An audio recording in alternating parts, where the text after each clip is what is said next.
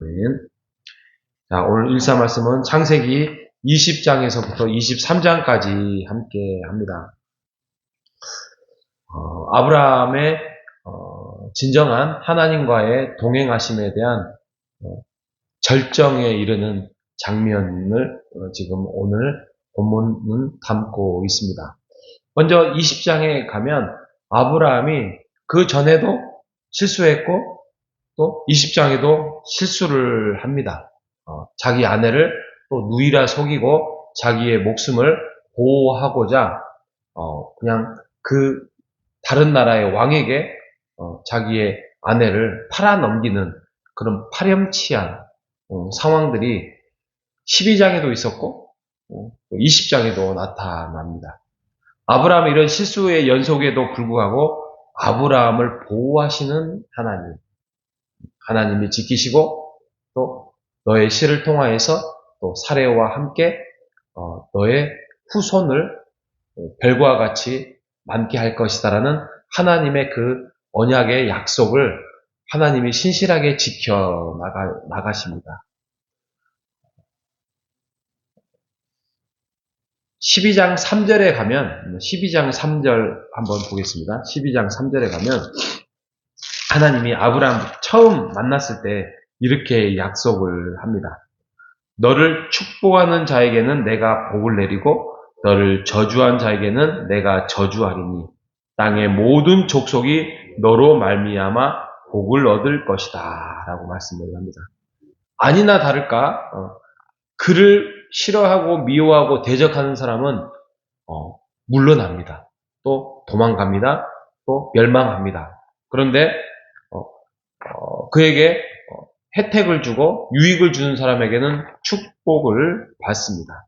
그래서 아까 20장 17절에 가면 아브라함이 하나님께 기도하며 하나님이 아비멜렉과 그의 아내와 여종을 치료하사 출산하게 하셨으니. 그러니까 그 아비멜렉이 하나님을 모릅니다. 하나님께 간구하거나 하나님께 예배드리거나 제사드리지 않습니다. 그럼에도 불구하고 아브라함이 그 아비멜렉, 그 다른 나라의 왕에게 기도하니 그의 아내가 여종이 치료가 되고 출산이 되었다라는 그런 굉장한 하나님의 자녀로서의 아브라함은 특권을 가지고 있는 것입니다. 아까 12장 3절에 말씀드린 것처럼 아브라함에게 축복을 한 자에게는 내가 축복을 내리고 너를 저주한 자에게는 내가 저주하리라는 그러한 믿음이 좋아서가 아니라 하나님의 부른 자의 특권을 가지게 된 것입니다. 이러한 특권을 우리 호산나 성도들도 누리시고 가지시는 여러분 되시기를 바랍니다. 21장에 가면 하나님이 지속적으로 그러한 자비하심과 인도하심과 은혜로우심과 동행하심이 나타납니다. 그래서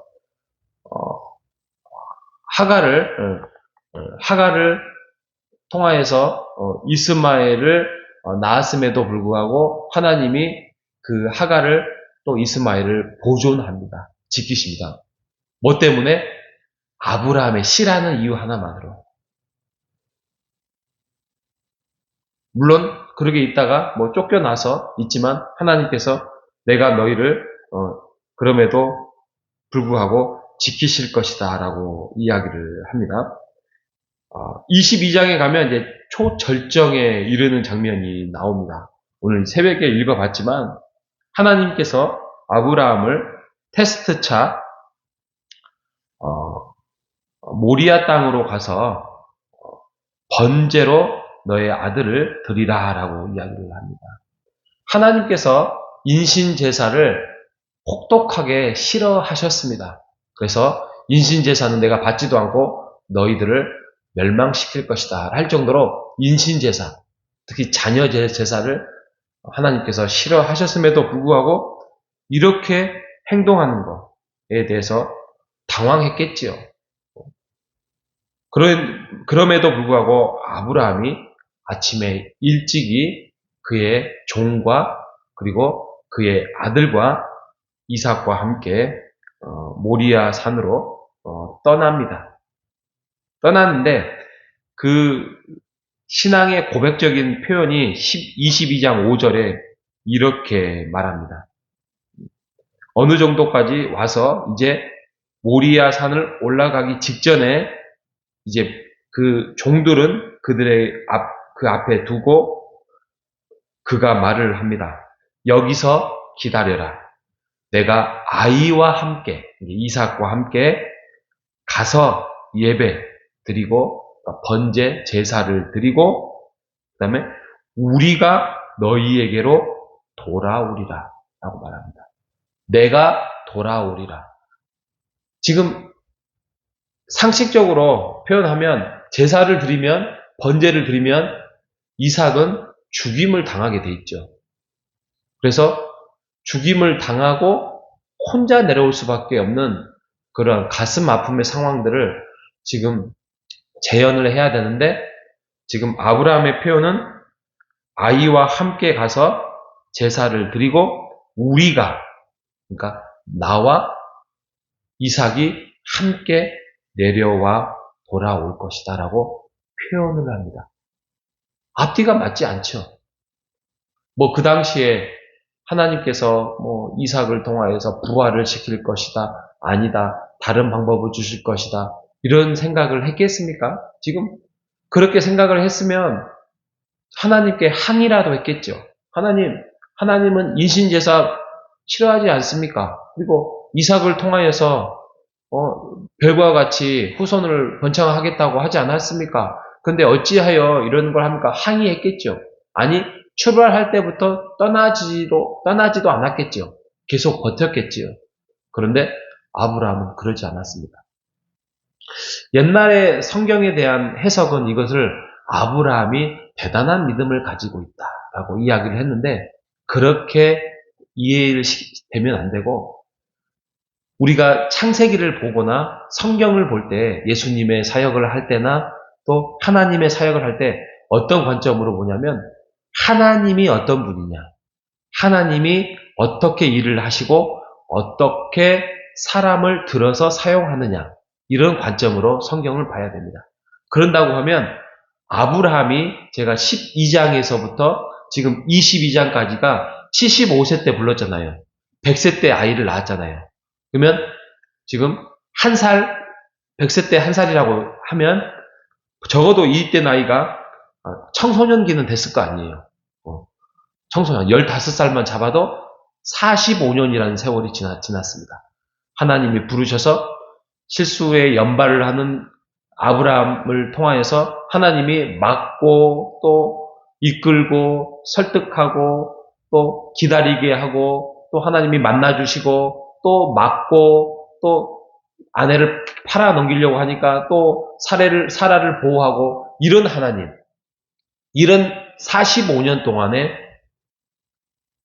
아브라함은 하나님의 일하심을 깨닫게 되었습니다.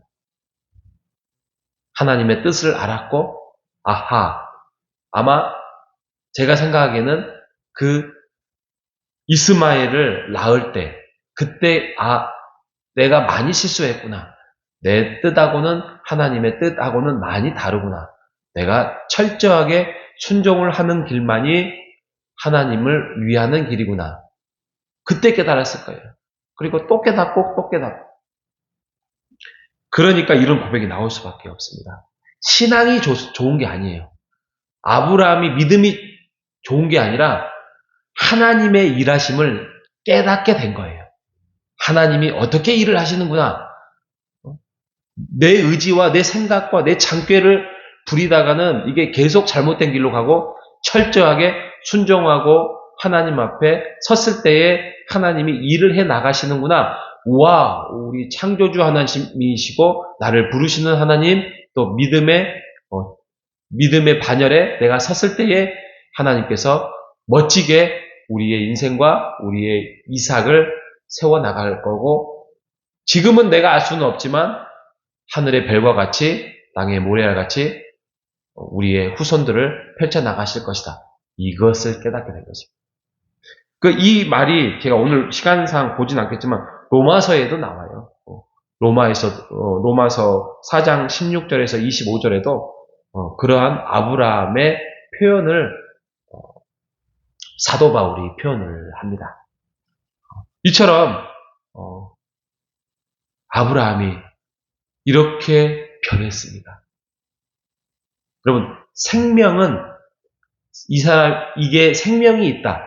우리가 보면은 여기 화분 같은 데 보면 죽은 것 같잖아요. 근데 봄이 되면 꽃이 다시 피잖아요.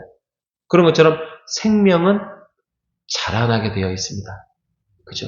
생명이 없는 것은 말라서 죽은 것입니다. 우리의 믿음은 살아있는 것입니다. 살아서 우리가 매일, 매달, 또 매년 자라나게 되어 있습니다.